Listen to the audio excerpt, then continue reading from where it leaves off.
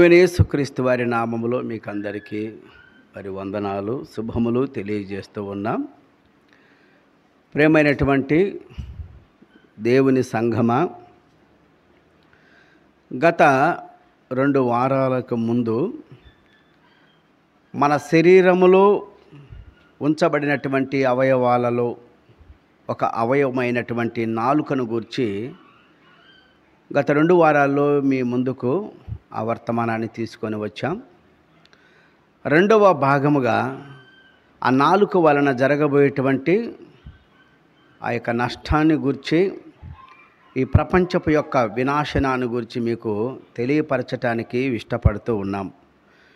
ప్రియులారా, నాలుక అగ్నియే అనే మాటను మనం చదువుకుంటూ వచ్చాం. యాకోబు రాసిన పత్రిక 3వ అధ్యాయము 6వ వచనంలో చూడండి. ఒకసారి లేఖనాల్లో మనం చూసినట్లయితే యాకోబు రాసిన పత్రిక 3వ అధ్యాయము 6వ వచనంలో ఒకసారి ఆ మాటను మనం జ్ఞాపకం చేసుకుంటాం.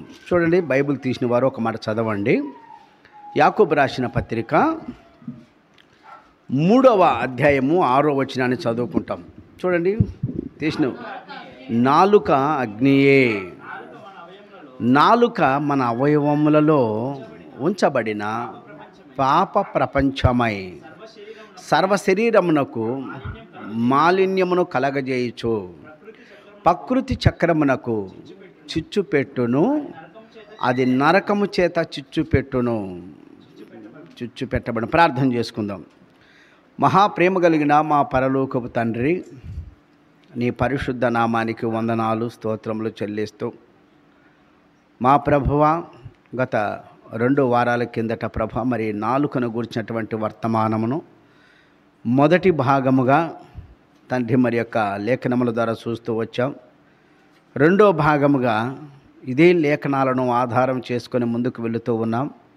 మీ సహాయమును మాకు అందిస్తారని నమ్ముతూ, నీ వైపు చూస్తూ ప్రభా, మీరే తండ్రి మాకు జ్ఞానమును దయచేయమని ఆత్మ సంఘములతో చెబుచున్న మాట, చెవుగలవాడు వినుగా కానీ సెలవిచ్చిన మాటను మేము వినున్నట్లుగా, విని వాటిని గ్రహించినట్లుగా సహాయపడమని యేసు నామం పేరట ప్రార్థించి అడిగి వేడుకుంటున్నాము తండ్రి, ఆమేన్. కాబట్టి సామెతలు మనం 18:21 వచనాన్ని మనం ఆధారం చేసుకొని ముందుకు వస్తూ ఉన్నాం. ఏమని చెప్పండి? జీవ మరణములు నాలుక వశం అన్నాం. దేవుని వాక్యంలో జ్ఞానైనటువంటి సొలొమోను ఆ మాటను మనకు జ్ఞాపకం చేస్తూ వచ్చాడు. ఏమని? జీవ మరణములు నాలుక వశం, దాని యందు ప్రీతిపడువాడు దాని ఫలము తిందురు అని రాయబడింది. కాబట్టి ప్రియులారా, ఈ నాలుకకు ఉన్నటువంటి శక్తి, దానికి ఉన్నటువంటి పవర్ ఏంటో దేవుడు అనేక లేఖనాల ద్వారా మనకు తెలియపరుస్తూ వచ్చాడు. దాని ద్వారా జరిగేటువంటి భయంకరమైనటువంటి నష్టాన్ని గురించి మనకు జ్ఞాపకం చేస్తూ వచ్చాడు. నాలుకే కదా అని చెప్పని మనం తేలికగా చూసుకోవచ్చును, కానీ ఇది ఎంత ప్రమాదకరమైనదంటే మనం ఈరోజు చివరి భాగముగా ఆ మాటను మనం జ్ఞాపకం చేసుకుంటాము ప్రియులారా. ఎందుకంటే ఒక మాట ఉంది, యోహాను సువార్త 5వ అధ్యాయం 39వ వచనంలో ఏమని రాయబడిందంటే, యోహాను సువార్త 5వ అధ్యాయము 39వ వచనంలో ఏమని రాయబడింది? లేఖనముల యందు మీకు నిత్య జీవము కలదని తలంచుచు పరిశోధించేవారే కరువైపోయారండి. దేవుని వాక్యాన్ని చెప్పండి. లేఖనాలను పరిశోధించేవారే కరువైపోయారు. ప్రపంచ వింతలను ఏదో జరుగుతూ ఉంది, ఏదో చూపిస్తున్నారు, వాటిని చూసి భయపడిపోతున్నాడు. నేడు క్రైస్తవుడు కూడా, బైబిల్ తెలిసినటువంటి క్రైస్తవుడు, దైవసేవకుడు కూడా ఆ యొక్క జరుగుతున్న వింతలను చూసి భయపడుతూ ఉన్నాడు. అసలు సృష్టి వినాశనం దేని వలన జరుగుతుంది, అది ఎలా వస్తుందన్న సంగతి తెలుసు. లేఖనంలో దేవుడు స్పష్టంగా రాయించి ఉంచాడు. చూస్తున్నటువంటి పరిస్థితులను బట్టి భయపడిపోతున్నాడు నేడు క్రైస్తవుడు కూడా ప్రియులారా. కాబట్టి ప్రియులారా, దేవుడు చేసినటువంటి వాగ్దానమును ఆయన సంపూర్ణంగా నెరవేర్చువాడై ఉన్నాడు ప్రియులారా. అందుకోసం అంటాడు, దేనిని గూర్చియు భయపడిన అవసరము లేదు. కాబట్టి నిత్య జీవము దేనివల్ల ఉందంట? లేఖనముల ద్వారానే ఉందని మీరు పరిశోధించుచున్నారు అన్నాడు. కాబట్టి లేఖనాల ద్వారానే మనకు నిత్య జీవము కలదని వాటిని తలంచుచు పరిశోధించవలసిన వారమే ఉన్నాము తప్ప భయపడవలసినటువంటి అవసరము లేదన్నాడు. కాబట్టి ప్రియారా, మనం చూసిన జీవ మరణంలో నాలుక వశ్యం అన్నాడు. ప్రపంచంలో దేనినైనా కూడా మానవుడు సాధు చేసుకోగలడు.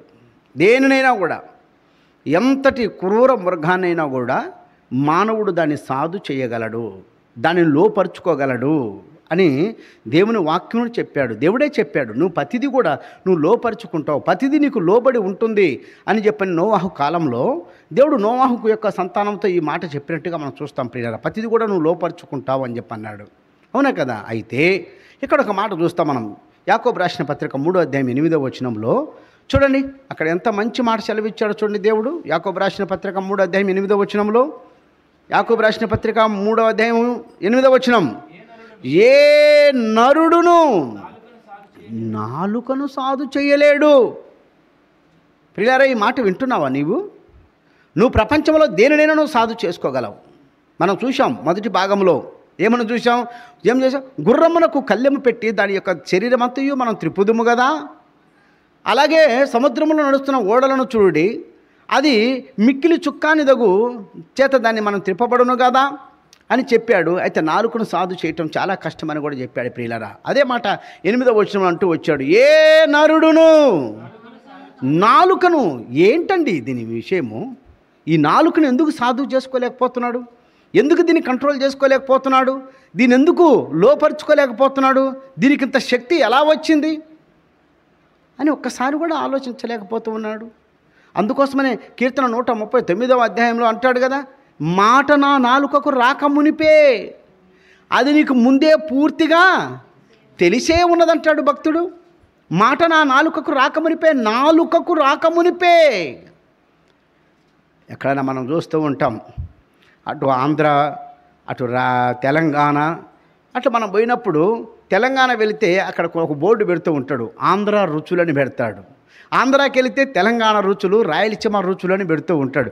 ఈ రుచులను తెలియపరిచేది ఏందండి మన శరీరంలో? నాలుకే కదా.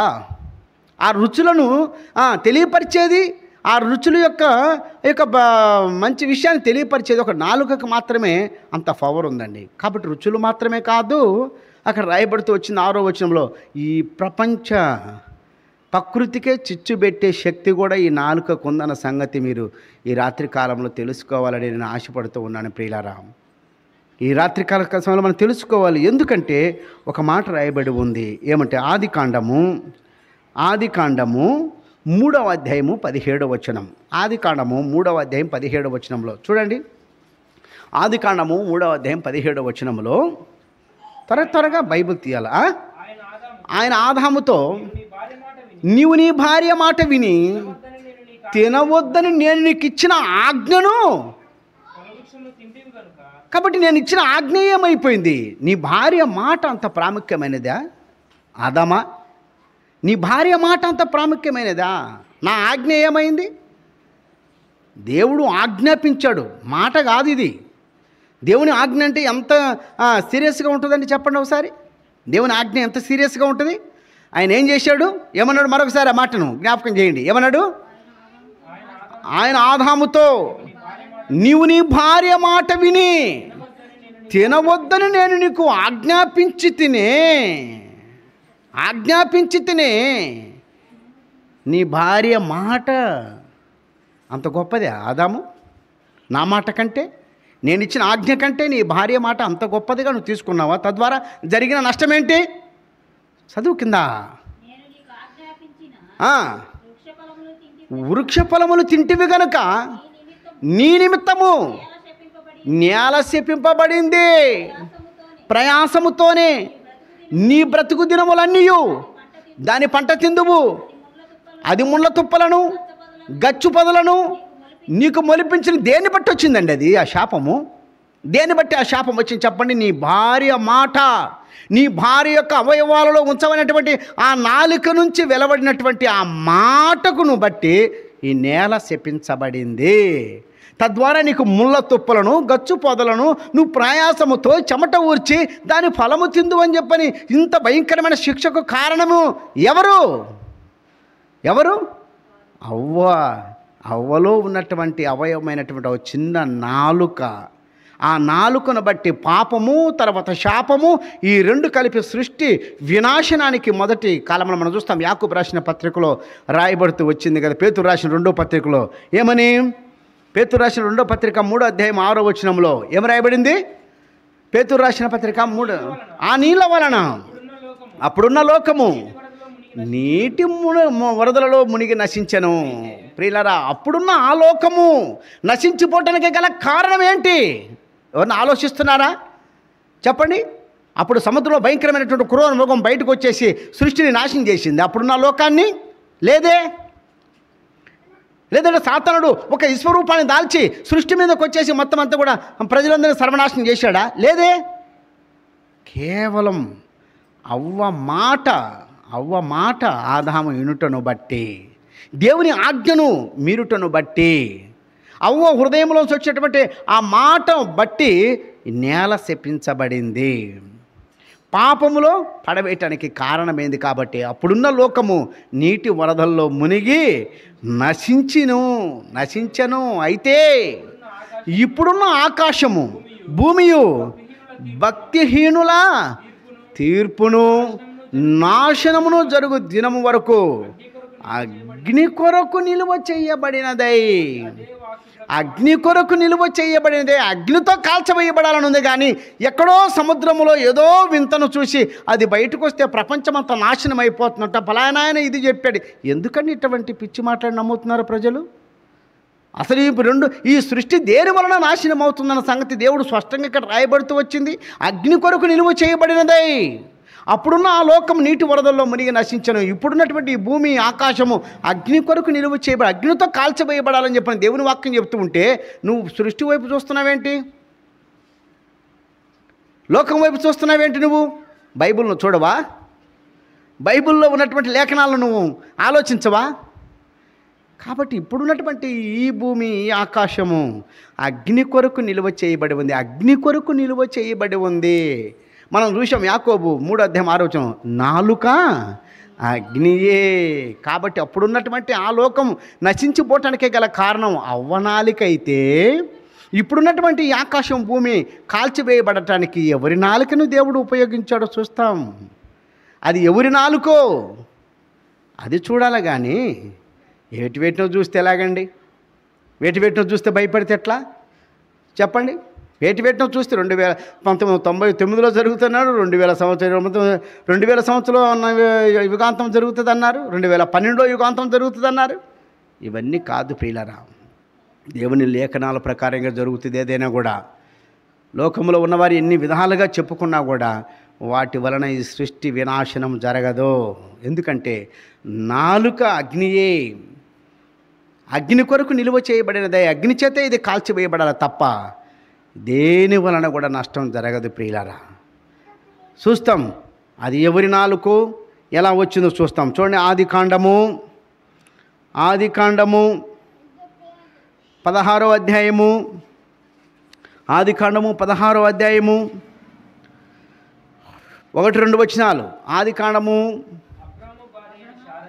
అబ్రహాము భార్య అయిన శారాయి అతనికి పిల్లలను కనలేదు.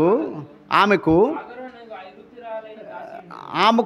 ఆగరు అను ఐగుప్తురాలైన దాసి ఉండెను.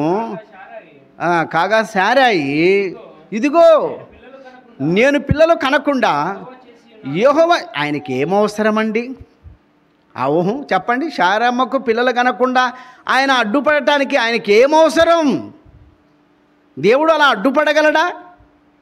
ఎప్పుడు అట్లా అడ్డుపడగలడా చెప్పండి? ఆమె అంటుంది 16వ అధ్యాయంలో, ఇదిగో నేను పిల్లలు కనకుండానట్లు యెహోవా చేసి ఉన్నాడట. ఆమె పిల్లలు కనటం దేవుడికి ఇష్టం లేదని చెప్తుంది శారమ్మ. అయితే 7వ వచనంలో ఏం చెప్పాడు ఆయన? 12వ అధ్యాయం 7వ వచనం, 12వ అధ్యాయం 7వ వచనంలో ఒక మాట అంటాడు అబ్రహాముతో. ఏమంటాడు?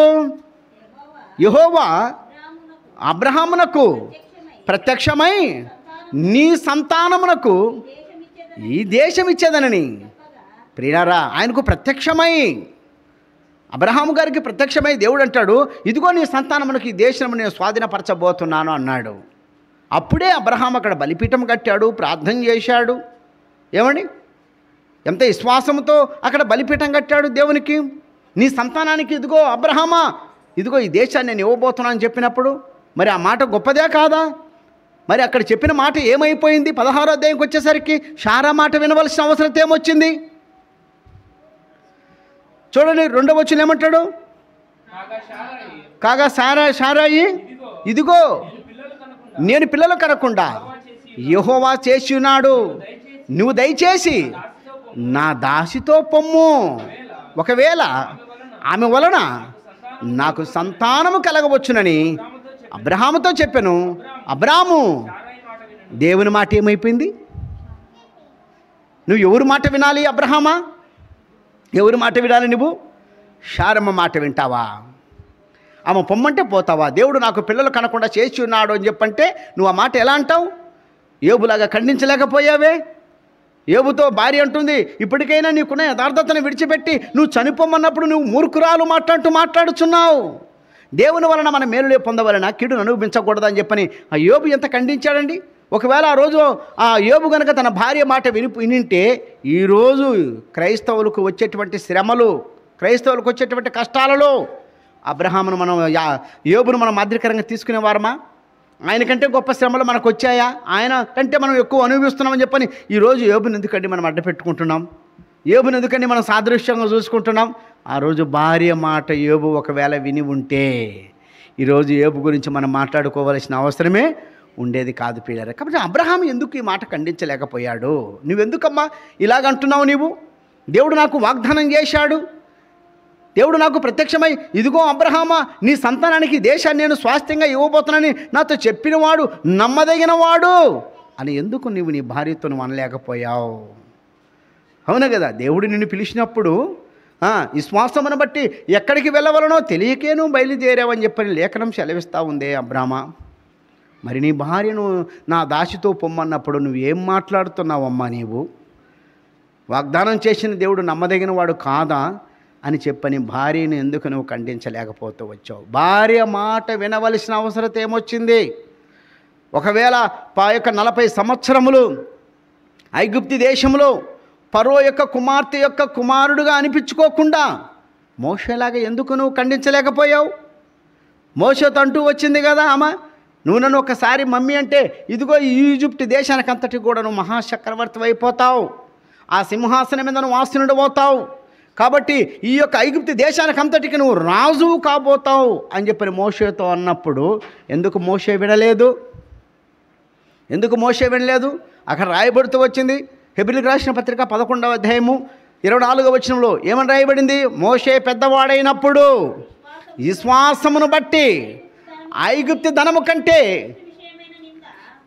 క్రీస్తు విషయమైన నింద గొప్ప భాగ్యమని ఎంచుకొని అల్పకాలము పాపభోగము అనుభవించుట కంటే దేవుని ప్రజలతో శ్రమ అనుభవించుట మేలుని ఎంచి ఫరో కుమార్తె యొక్క కుమారుడని అనిపించుకొనుటకు అతడు నిజంగా ఆ రోజు గనక ఒకవేళ ఫరో కుమార్తె యొక్క మాట మోషే విని ఉంటే 430 సంవత్సరాలు శ్రమలలో ఉన్నటువంటి ఇశ్రాయేలుకు విడుదల కలిగి ఉండేదా? చెప్పండి, ఇశ్రాయేలుకు విడుదల కలిగి ఉండేదా? మరి ఇశ్రాయేలులోంచి క్రీస్తు వచ్చి ఉండేవాడా? ఈరోజు రక్షణ మనం పొంది ఉండేవారమా? కాబట్టి ఆ రోజు ఆమె మాట వినలేదే, మోషే వినలేదే, ఫరో కుమార్తె యొక్క మాట వినలేదే. ఫరో కూడా మోషే పైన ఆగ్రహించినాడు, కోపపడ్డాడు, భయపడలేదే. భయపడ్డాడా మోషే? రాజాగ్రహమునకు భయపడకని రాయబడుతూ వచ్చింది పిల్లరా. కాబట్టి నువ్వు మూర్ఖురాలు మాట్లాడుచున్నావు అని యోబులాగా ఆ యొక్క కాబట్టి ఎందుకు అట్లా మోషేలాగా ఎందుకు నిలబడలేకపోయారు అబ్రహాం గారు? దేవుడు వాగ్దానం చేసి ఉన్నాడు కదా, నీ సంతానానికి ఈ యొక్క దేశాన్ని నేను స్వాస్థ్యంగా ఇవ్వబోతున్నానని చెప్పినప్పుడు ఎందుకు అబ్రహాము శారమ్మ మాట విన్నాడు? శారమ్మ మాట విన్నాడు ఎందుకు చెప్పండి ప్రియులారా? పోనీ వినిన తర్వాత ఏమైనా ఆమెను వేలుబడి చేస్తున్నారా అంటే అలా చేయలే. చూడండి 6వ వచనంలో ఏం జరిగిందో చూడండి, 16:6లో అందుకు అబ్రహాము ఇదిగో నీ దాసి నీ చేతిలో ఉన్నది, నీ మనసు వచ్చినట్టు దాన్ని చేయమని శారాయితో చెప్పాను. శారాయి ఏంటండి? మీ స్వార్థం కోసం ఆగర్ను బలి చేస్తారా? ఆగర్ను బలి చేస్తారా? కేవలం మీ స్వార్థం కోసం, శారమ్మ స్వార్థం కోసం, అబ్రహాం గారి యొక్క స్వార్థం కోసం ఏం చేస్తున్నారు? ఆగర్ను బలి చేయటానికి ఇష్టపడ్డారు వారు. కింద వచ్చి ఏమంటాడు? శారాయి దాని శ్రమ పెట్టినందున ఆమె యొద్ద నుండి అది పారిపోగా యెహోవా దూత అరణ్యములో నీటి బుగ్గ యొద్ద అనగా సూరు మార్గములో ఆమెను కనుగొనెను. శారాయి దేశైన ఆగరు, ఎక్కడి నుండి వచ్చితివి, ఎక్కడికి వెళుచున్నావని అడిగాను. అది నా యజమానురాలైన శారాయి యొద్ద నుండి పారిపోచున్నానయ్యా. నేను వారి స్వార్థానికి నన్ను వాడుకొని ఇప్పుడు నన్ను శ్రమ పెట్టి బాధ పెట్టి నన్ను హింస పెడుతూ ఉన్నారు కాబట్టి నేను తట్టుకోలేక పారిపోతున్నానయ్యా అని చెప్తే దేవుడు విడిచిపెడతాడండి ఆమెను? అబ్రహాం విడిచిపెట్టవచ్చు, లేకపోతే శారమ్మ విడిచిపెట్టవచ్చును, కానీ దేవుడు విడిచిపెట్టలేదు కదా. దేవుడు విడిచిపెట్టలేదు కదా. ఏమన్నాడు దేవుడు అప్పుడు? అప్పుడు యెహోవా దూత నీ యజమాను రాలి యొద్దకు తిరిగి వెళ్ళి ఆమె చేతి కింద అణిగియుండమని దానితో చెప్పాను. మరియు యెహోవా దూత నీ సంతానమును నిశ్చయముగా విస్తరింపజేస్తాను, అది లెక్కింప వీలు లేనంతగా విస్తారమగునని దానితో చెప్పాను. ప్రియులారా, మీకు అర్థమవుతుందా ఈ మాట? అబ్రహాము వదిలేశాడు, శారమ్మ కూడా వదిలేసింది, దేవుడు మాత్రము విడిచిపెట్టలేదు. దేవుడు మాత్రం విడిచిపెట్టలేదు. నువ్వు నా మాట ఎందుకు వినలేదు అబ్రహామ? నీ భార్య మాట విని ఆగరుతో పోతావా? నా మాట ఏమైపోయింది అప్పటికి? కాబట్టి ఇప్పుడు ఏం జరిగింది? తద్వారా జరిగినటువంటి నష్టం ఏంటి? ఇదిగో ఆ యొక్క ఆగరు నుంచి ఒక కొడుకు పుట్టబోతున్నాడు, వాడి పేరు ఇస్మాయిల్ అని పేరు పెడతావు, వాడు అడవి గాడిద వంటి వాడు అవుతాడన్నాడు. ఈరోజు 3వ ప్రపంచ యుద్ధానికి జరగటానికి గల కారణం ఆ ఆగరు గర్భం నుంచి వచ్చినటువంటి ఆ ఇస్మాయిలే. గుర్తుపెట్టుకోండి ప్రియులారా, ఇశ్రాయేలు పక్షముగా ఇసాకు సంతానం నిలబడుతూ ఉంది, అటు ఆగరు సంతానం నిలబడుతుంది. కాబట్టి ఈ ఆగరు యొక్క కుమారుడైనటువంటి ఇస్మాయిల్కు ముస్లిమ్స్ అంతా కూడా, అంటే ఇస్మాయిల్ సంతానం అంతా కూడా అరబ్బీ దేశాలన్నీ కూడా సపోర్ట్ చేస్తూ ఉన్నాయి. ఈ యొక్క ఇజ్రాయెల్ దేశానికి క్రైస్తవ దేశాలన్నీ కూడా మద్దతు ఇస్తూ ఉన్నాయి. కాబట్టి చూడండి, ఇటు మీరు బలపరుస్తున్నారు, అటు వాళ్ళు బలపరుస్తున్నారు. 3వ ప్రపంచ యుద్ధానికి వారందరూ కూడా సిద్ధమైపోతూ ఉన్నారు. అంటే ఇప్పుడున్నటువంటి ఈ సృష్టిని తగలబెట్టడానికి గల కారణమైన నాలుక ఎవరిది? ఎవరిదండి ఆ నాలుక? శారమ్మ అవయవాలలో ఉంచబడినటువంటి నాలుక కాదంటారా? చెప్పండి, ఆమె నాలుక కాదంటారా? 7వ వచనం 12వ అధ్యాయం 7వ వచనంలో దేవుడు నీకు ఇచ్చినటువంటి వాగ్దానమును మర్చిపోయావా? నీ సంతానానికి దేశాన్ని స్వాస్థ్యంగా ఇస్తానని చెప్పిన మాటను మర్చిపోయావు. దేవుడే ప్రత్యక్షమైనప్పుడు, నిరీక్షణకు ఆధారమే లేనప్పుడు నువ్వెట్లా నమ్మావు? నేను అబ్రహాం గారిని తక్కువ చేయటం లేదు, ఆయన విశ్వాసం చాలా గొప్పది, విశ్వాసులకు తండ్రిగా ఆయన నిలబడుతూ వచ్చాడు. అయితే నేనేమంటున్నానంటే, ఎప్పటికైనా గుర్తుపెట్టుకోండి, శాపమే, ఆశీర్వాదమే ప్రియులారా. కాబట్టి అబ్రహాం చేసినటువంటి ఆ చిన్న పొరపాటును దేవుడు ఏం చేశాడంటే ఆగరు పక్షంగా ఆశీర్వాదమైంది అది. శారమ్మ చేసినటువంటి ఆ చిన్న పొరపాటు ఏంటి? నువ్వు నా దాసితో కూడబో, నేను పిల్లలు కనకున్నట్టు యెహోవా చేసి ఉన్నాడు, నువ్వు పిల్లలు కనటం వల్ల దేవుడికి వచ్చే నష్టం ఏంటి? నువ్వెందుకు అలా అనుకున్నావు? కాబట్టి అలా జరుగుతున్న బట్టి ఆగరు అనేటువంటి దాసి కడుపు నుంచి ఒక ఇస్మాయిల్ రావటం జరిగింది ప్రియులారా. ఈరోజు వారిద్దరు అన్నదమ్ములకే ప్రపంచంలో వారు జరుగుతున్నటువంటి గొడవలు కూడా, ఇటు ఇసాకు సంతానానికి అటు ఇస్మాయిల్ సంతానానికి జరుగుతూ ఉంది పోరాటం. అది ప్రబలమై 3వ ప్రపంచ యుద్ధానికి కారణమవబోతుంది. ఈ 3వ ప్రపంచ యుద్ధమే కానీ జరిగితే ఏమవుతుందంటే ఈ సృష్టి అంతటిని కూడా తగలబెట్టడానికి సిద్ధంగా అయిపోతున్నారు ప్రియులారా. 100 సార్లు ఈ భూమండలాన్ని తగలబెట్టవచ్చంట. ఏది? మానవులు తయారు చేసుకున్నటువంటి అణుబాంబులతో. చెప్పండి, ఎన్నిసార్లు తగలబెట్టవచ్చంట? 100 సార్లు మనం ఉన్నటువంటి ఈ భూగ్రహాన్ని తగలబెట్టవచ్చంట వారు చేసుకున్నటువంటి అణుబాంబులతో ప్రియులారా. కాబట్టి ఇదంతా జరగటానికి గల కారణమైనటువంటి నాలుక శారమ్మదని నేను అంటున్నానండి. ఎందుకంటే ఆ రోజు అబ్రహాముతో ఆ మాట అనకపోయి ఉంటే, ఒకవేళ అన్నా కూడా అబ్రహాము ఒకవేళ శారమ్మ మాట వినకపోయి ఉంటే ఇంత ఘోరమైనటువంటి నష్టం జరిగి ఉండేది కాదేమో.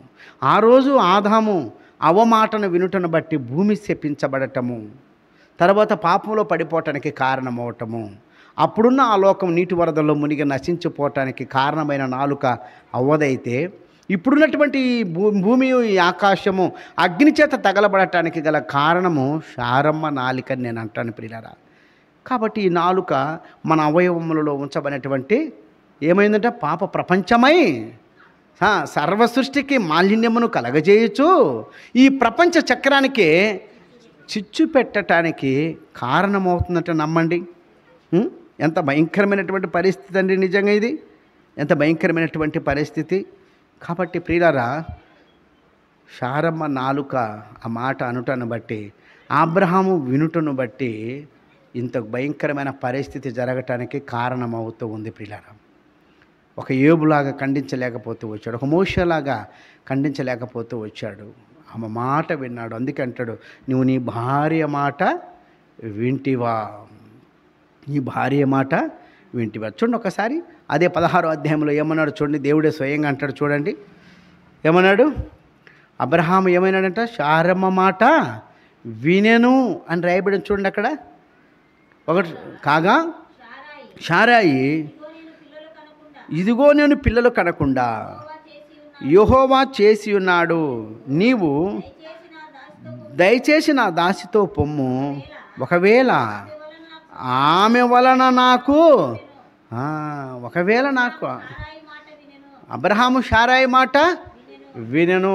చెప్పండి, ఆ సమయంలో అబ్రహాము శారమ్మ మాట వినటము న్యాయమంటారా? న్యాయమంటారా వినటము? న్యాయం కాదండి. కాబట్టి అక్కడ మనం చూసాం కదా, 3:11 వచనంలో, ఆది కాండము 3:11 ఏం రాయబడింది? 3వ అధ్యాయము 11వ వచనం ఆది కాండంలో, అందుకు ఆయన నీవు దిగంబరవని నీకు తెలిపిన వాడెవడు, నువ్వు తినకూడదని నేను నీకు ఆజ్ఞాపించిన వృక్ష ఫలము తింటివా అని అడిగాను. అందుకు ఆదాము, నాతో ఉండుటకు నువ్వు నాకు ఇచ్చిన ఈ స్త్రీయే. ఏం మాట్లాడుతున్నాడండి నిజంగా ఆయన? నీ భార్య మాట నువ్వు విన్నావా ఆదామా? నేను నీకు ఆజ్ఞాపించింది మర్చిపోయినావా నీవు? కాబట్టి ప్రియులారా, దేవుని ఆజ్ఞ ఎంత గొప్పదండి నిజంగా. మనం చూస్తూ ఉంటాం, పాపం అనగా ఆజ్ఞ అతిక్రమమే పాపం అంటాడు. కాబట్టి మరి అబ్రహాం మరి దేవుని ఆజ్ఞను అతిక్రమించాడు, శారమ్మ మాట విన్నాడు. కాబట్టి భయంకరమైనటువంటి ఈ రోజు ఉన్న సృష్టి అంతటిని కూడా కాల్చడానికి మరి ఆమె నాలుక కారణం అవుతూ ఉందంటే ఎంత భయంకరమైన పరిస్థితితో చూడండి ప్రియులారా. కాబట్టి అందుకోసమని అంటే నాలుక అగ్నియే, అది పాప ప్రపంచమై సర్వ మాలిన్యమునకు, సర్వ సృష్టికి మాలిన్యమును కలగజేయచ్చు, ఈ ప్రకృతి చక్రానికే చిచ్చు పెట్టేంత పరిస్థితి ఈ నాలుక వలన జరుగుతూ ఉంది ప్రియులారా. అందుకోసమనే చివరిగా ఆ మాట చూడండి, ఏమన్నాడు? యాకోబు 3:8 వచనంలో, యాకోబు ఏ నరుడును నాలుకను సాధు చేయలేడు, అది మరణకరమైన ఇసముతో నిండి ఉన్నది. ఏ నరుడు కూడా నాలుకను సాధు చేయటం చాలా కష్టం. భూప్రపంచంలో ఉన్నటువంటి ఏ క్రూర జంతువులైనా కూడా సాధు చేయగలడేమో కానీ, దాన్ని లోపరుచుకోగలడేమో కానీ ఈ నాలుకను ఎవరు కూడా సాధు చేయలేరు. అందుకే దాని యొక్క ప్రభావం చూపిస్తూ ఉంది ప్రియులారా. కాబట్టి ప్రేమైనటువంటి వాళ్ళరా, ఈ రాత్రికాల సమయంలో నేనేం మాట్లాడుతున్నానంటే, నాలుక ఎంతో ప్రమాదకరమైనది. మొదటి యొక్క సృష్టి వినాశనానికి కారణమైనటువంటి నాలుక అవ్వదైతే, మూడో ప్రపంచ యుద్ధం జరిగి ఇప్పుడున్నటువంటి ఈ లోకము అంతా కూడా అగ్నిచేత కాల్చివేయబడటానికి కారణమైన నాలుక శారమ్మదే. కాబట్టి మన నాలుకను ఎంతో మనం జాగ్రత్తగా కాపాడుకోవాల్సిన వారమై ఉంటున్నాం. అందుకోసమనే ఆ మాటను జ్ఞాపకం చేస్తూ వచ్చాం. సామెతలు 18:1 వచనంలో ఏమని?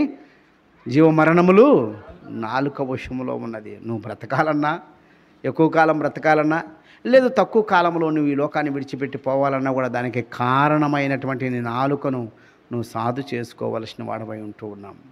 ఈ మాటలు వింటున్న మీకు అందరికీ ప్రభువైన యేసుక్రీస్తు వారి నామములో మరొకసారి వందనాలు తెలియజేస్తూ ప్రార్థన చేస్తున్నాం.